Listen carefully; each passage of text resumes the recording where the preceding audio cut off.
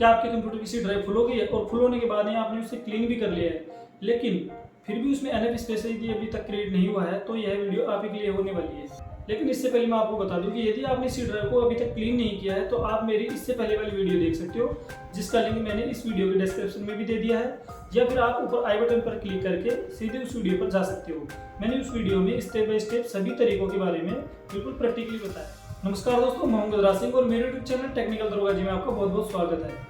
Friends, यदि आपने C drive को क्लीन कर लिया है लेकिन अभी तक उसमें एनएफ स्पेस क्रिएट नहीं हुआ है, तो मैं इस वीडियो में एक नया तरीका बताऊंगा जिससे आप अपने कंप्यूटर की स्टोरेज में काफ़ी स्पेस क्रिएट कर सकते हैं। और साथ ही साथ मैं आपको कंप्यूटर स्टोरेज को अच्छे से मैनेज करना भी बताऊंगा कि कैसे कंप्यूटर स्टोरेज को अच्छे से मैनेज किया जा सकता है, जिससे आपका कंप्यूटर भी फास्ट हो जाएगा और उसमें रखा हुआ डेटा भी सुरक्षित रहेगा। तो फिर चलिए चलते हैं कंप्यूटर स्क्रीन पर और सीखते हैं कंप्यूटर स्टोरेज से फालतू के डेटा को हटाना और उसे अच्छे से मैनेज करना।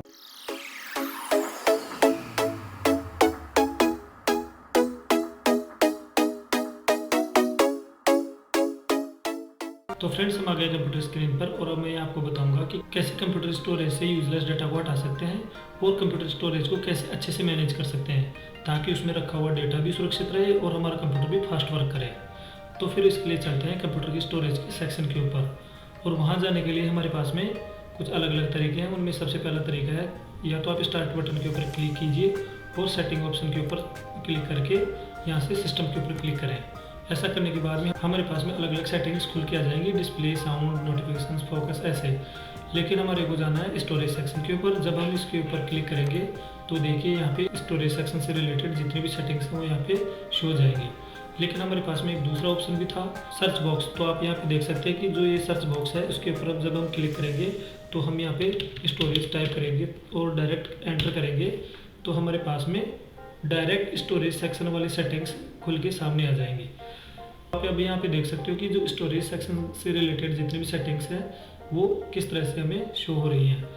ये सेटिंग्स मेनली यहाँ पे 3 पार्ट्स में डिवाइड हैं, जो कि राइट साइड की पैनल में दिखाई दे रही है इस वाले पार्ट में। और इनको भी आप अलग अलग 3 पार्ट्स में डिवाइड कर सकते हैं। जो पहला है स्टोरेज सेंस, सेकेंड वाला लोकल डिस्क सी, और लास्ट में आती है मोर स्टोरेज सेटिंग्स, ये वाला पार्ट। तो सबसे पहले हम देखेंगे स्टोरेज सेंस को।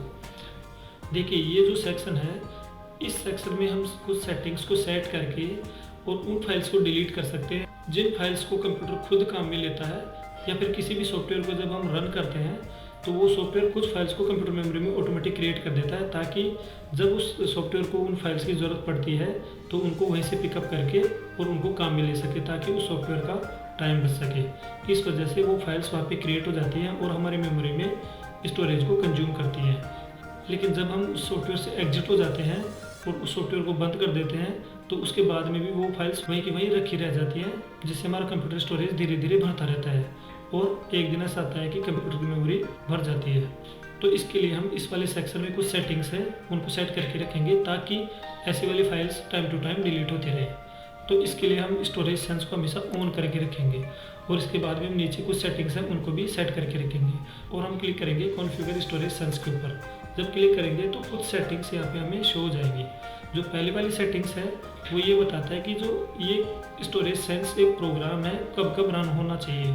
तो इसमें देखिए, अब जब आप क्लिक करेंगे तो बहुत सारे ऑप्शंस हमें दिखाई देंगे कि ये डेली बेसिस पे होना चाहिए या वीकली बेसिस पे होना चाहिए, मंथली, या फिर तब रन होना चाहिए जब हमारे डिस्क में बहुत ही कम स्पेस बचा हुआ हो। तो मैं यहाँ पे रिकमेंड करूँगा कि यहाँ पे आप एवरी मंथ सेलेक्ट करके रखें। फिर नेक्स्ट ऑप्शन आता है टेम्परेरी फाइल्स। देखिए, हमारे कंप्यूटर में बहुत सारी ऐसी फाइल्स होती हैं जो टेम्परेरी होती हैं और हमारे सिस्टम फाइल्स के द्वारा क्रिएट की जाती हैं, तो उनको ऑटोमेटिक कंप्यूटर डिलीट कर दे। तो इसके लिए हम इसको हमेशा चेक मार्क करके ही रखेंगे।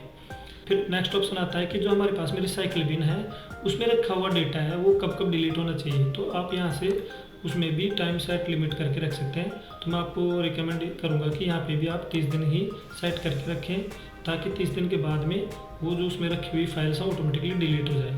फिर इसके बाद में आता है डाउनलोड फोल्डर्स में रखी हुई फाइल्स कब डिलीट होनी चाहिए। तो इसमें भी आप कम से कम 30 दिन या फिर 60 दिन सेट करके रखें। मैं आपको यहाँ पे 60 दिन रिकमेंड करूँगा, क्योंकि कुछ फाइल्स ऐसी होती हैं जो डाउनलोड फोल्डर में हमें इंस्टेंट तो ज़रूरत नहीं पड़ती है, लेकिन कुछ दिन के बाद में हमें ज़रूरत पड़ती है। तो 60 दिन बहुत एनफ होता है। 60 दिन के अंदर में हमें उन फाइल्स की ज़रूरत हो तो ठीक है, नहीं तो ये ऑटोमेटिकली डिलीट हो जाती है यहाँ से। फिर आप यहाँ पे देख सकते हो कि यहाँ पे एक ऑप्शन है फ्री अप स्पेस नाउ। यदि आप चाहें कि अभी हमें कुछ फाइल्स को डिलीट करना है या फिर कंप्यूटर स्टोरेज से कुछ स्पेस अभी के अभी फ्री करना है, तो आप यहाँ पे क्लीन नाउ करके वो कर सकते हो। तो आप जब क्लीन नाउ के ऊपर क्लिक करेंगे तो कंप्यूटर थोड़ी देर के लिए वर्क करेगा और उसके बाद में उन फाइल्स को ऑटोमेटिकली हटा देगा। और जब भी फाइल्स ऑटोमेटिकली हट जाएंगे तो क्लीन नाउ के सामने चेक मार्क लग जाएगा। तो ये तो हो गई स्टोरेज सेंस से रिलेटेड कुछ सेटिंग्स। अब हम चलते हैं लोकल डिस्क सी के ऊपर। तो अब हम चलेंगे इस वाले पार्ट पे।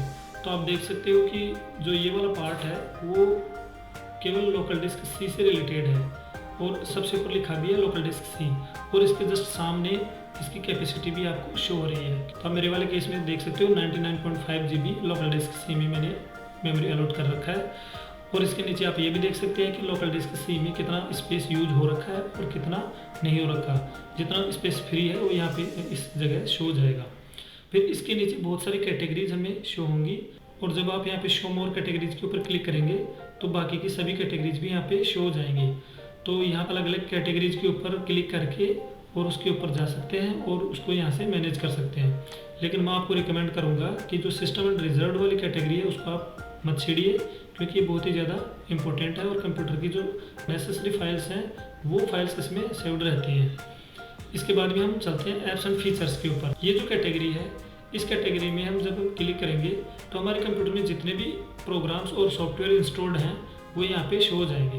तो आप यहाँ पे देख सकते हो कि मेरे कंप्यूटर में 85 ऐप्स इंस्टॉल्ड हैं जो कि यहाँ पे नीचे शो हो रहे हैं। अब इनमें से आप एक एक सॉफ्टवेयर को चेक करके देख सकते हैं कि आपके लिए कौन कौन सा सॉफ्टवेयर यूजफुल है और कौन सा सॉफ्टवेयर यूजलेस। या फिर आप डायरेक्ट यहाँ पे सर्च बॉक्स के ऊपर क्लिक करके उस सॉफ्टवेयर का नाम टाइप करके यहाँ से सर्च कर सकते हैं। तो मैं आपको यहाँ पे एक सॉफ्टवेयर डिलीट करके अनइंस्टॉल करके दिखा देता हूँ कि कैसे आप यहाँ से अनइंस्टॉल कर सकते हैं। तो जैसे कि मेरे लिए ये वाला ऑटोहोट की सॉफ्टवेयर जो है यूजलेस है, तो मैं इसके ऊपर अनइंस्टॉल के ऊपर क्लिक करके इसको अनइंस्टॉल कर सकता हूँ। और यहाँ पे कुछ जैसे ऑप्शंस पूछता है कि इस सॉफ्टवेयर के जितने भी वर्जन्स हैं उसको आप हटाना चाहते हैं कि नहीं, यानी कि उन फाइल्स को यहाँ से रिमूव करना चाहते हैं कि। तो डेफिनेटली हम यहाँ से इनको रिमूव करना चाहेंगे, तो आप यहाँ से इनको रिमूव ऑल करके यहाँ से ऐसे रिमूव भी कर सकते हैं और इस सॉफ्टवेयर को परमानेंटली डिलीट कर सकते हैं। तो आप देख सकते हैं ऐसे जो आपके लिए अननेसेसरी सॉफ्टवेयर्स हैं उनको यहाँ से डिलीट कर सकते हो और जो सी ड्राइव है उसमें स्पेस फ्री कर सकते हो। इस तरह से हम सभी कैटेगरीज को चेक करेंगे और जो भी फालतू का डेटा है वहाँ से रिमूव कर देंगे।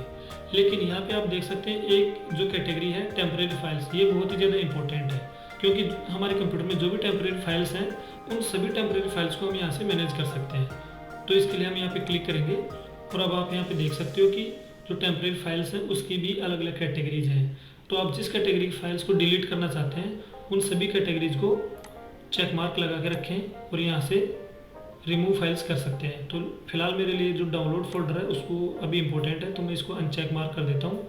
बाकी सभी के ऊपर मैं चेक मार्क लगा के सभी को रिमूव फाइल्स कर दूंगा। तो जैसे मैं रिमूव करूँगा तो ऑटोमेटिकली इन सभी फाइल्स में जो टेम्परेरी फाइल्स रखी हुई हैं वो ऑटोमेटिकली डिलीट हो जाएंगे। फिर अब हम यहाँ से आएंगे बैक और ऐसे ही सभी कैटेगरीज को हम अलग अलग चेक करेंगे और उसके बाद में हम उनको अगर यूजलेस है तो डिलीट कर देंगे। फिर हम आते हैं नेक्स्ट कैटेगरी के ऊपर। तो अब आप यहाँ पे देख सकते हो कि जो ये वाला सेक्शन है, इस सेक्शन में कुछ अलग अलग सेटिंग्स हैं, इनके ऊपर भी हम जाके डिस्कस करते हैं। तो देखिए ये वाला जो पार्ट है व्यू स्टोरेज यूजेज और अदर ड्राइव्स, इसके ऊपर जब हम क्लिक करेंगे तो हम देखेंगे कि हमारे जो जितने भी ड्राइव्स हैं वो यहाँ पे शो हो जाएंगी। यदि आप चाहें कि सी ड्राइव के अलावा भी हम किसी पर्टिकुलर ड्राइव पे जाके वर्क करना चाहें या मैनेज करना चाहें तो आप यहाँ से आप कर सकते हो। जैसे कि यदि मैं ई ड्राइव पे जाना चाहूँगा तो मैं इसके ऊपर क्लिक करूँगा और यहाँ पे भी अलग अलग कैटेगरीज शो हो जाएंगी। आप किसी भी कैटेगरीज के ऊपर क्लिक करके उसमें जाके और वहाँ से आप डिलीट कर सकते हो डेटा को। तो इस तरह से आप सी ड्राइव के अलावा भी दूसरे ड्राइव में भी जाके डेटा को मैनेज कर सकते हैं। फिर इसके बाद में ऑप्शन आता है change where new content is saved.